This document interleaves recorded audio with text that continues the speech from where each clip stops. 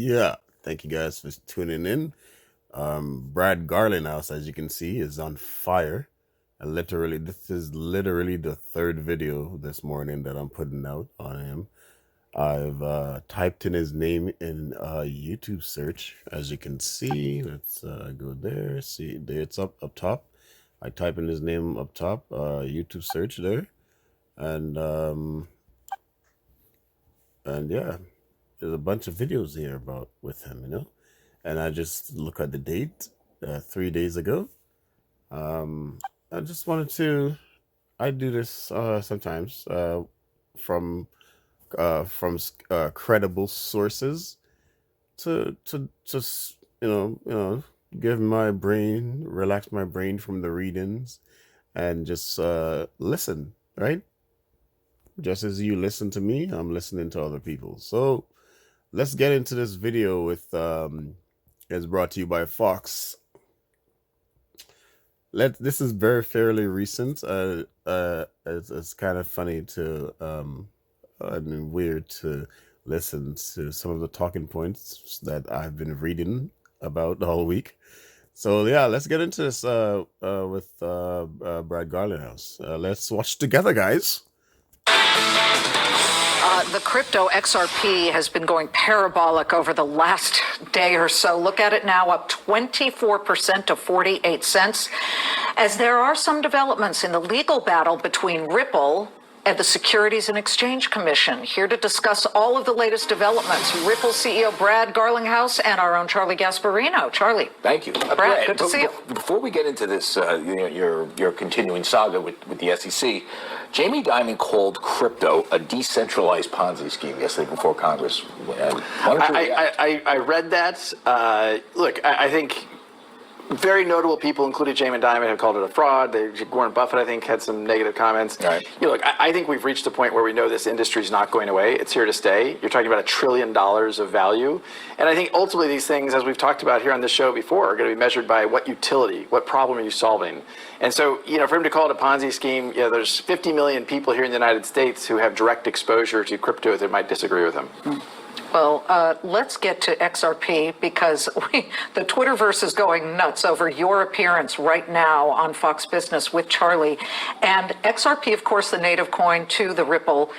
Tell me exactly why you think that this jump in price is happening. What news can you give us? Look, it's hard to know. Honestly, I've watched crypto now. I've been in the business at Ripple for 7.5 years. I've been in crypto for about 9 years. It's really hard to know. What I would point to is a couple things. Before the SEC got involved with you guys, with us and ETH, because again, there's two factors here. One, XRP was the second most valuable digital asset ahead of ETH, and then around 2018 was a kind of a famous, now infamous speech that kind of anointed Bill ETH of the corporation finance. And so, look, I think increasingly as the summary judgment filings were made public, people realized that maybe the SEC really is overreaching. They really aren't following a kind of faithful allegiance to the law. And that's a quote from the judge in this case. And so I think people are realizing that, the judge said that it might be. They might not be, right? No, but the judge said is, one, the SEC is being hypocritical. Yes. And two, they said that they were not following a faithful allegiance to the law in pursuit of an outcome. And I think that's what we have here. The SEC, I think, has kind of lost its way. I said yesterday on stage, I think it's cuckoo for Cocoa Puffs. I was going to ask you that. I mean, I just think we have to remember the SEC gets its power from statutes passed by Congress. Congress gives the SEC power. The SEC can't just take power. What the power says today for the 1933 Securities Act said that you have to have an investment contract. So as you'll see in our motion for summary judgment, the first step of determining could XRP be a security is you have to have an investment contract. And our point is Ripple doesn't have a contract. With whom is the contract? It's not a written contract. It's not an oral contract. It's not an implicit contract. So where we are right now in the case?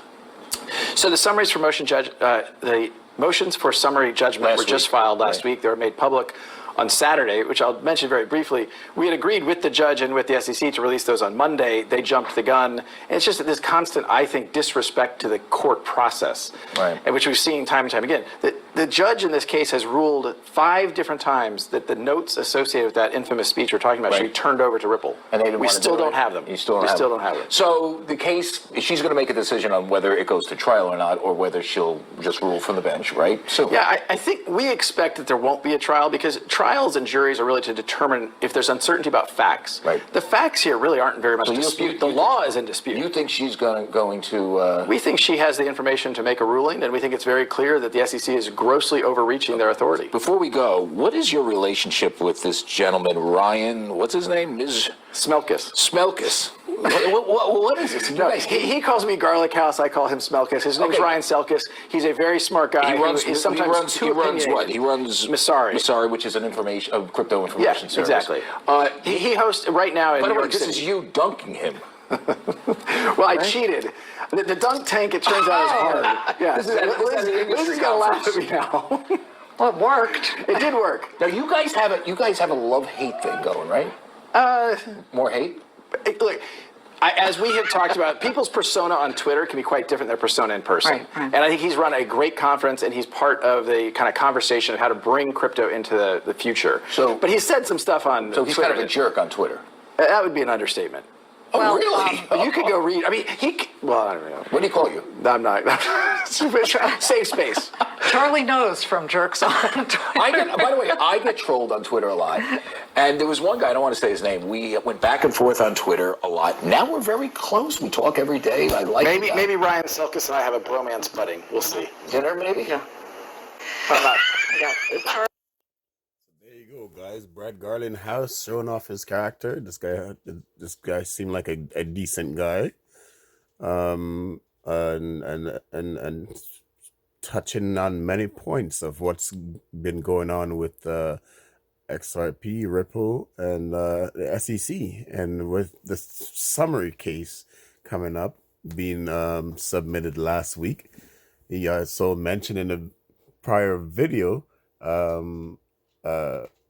that by November, everything, we should know an update of the submitted summary to the judge last week. That was submitted last week. So, yeah, for those of us who's following, trying to keep us up, trying to keep us up to date. All right, guys. So thank you guys for tuning in. Please, please, please don't forget to like, share, subscribe. Subscribing is very important.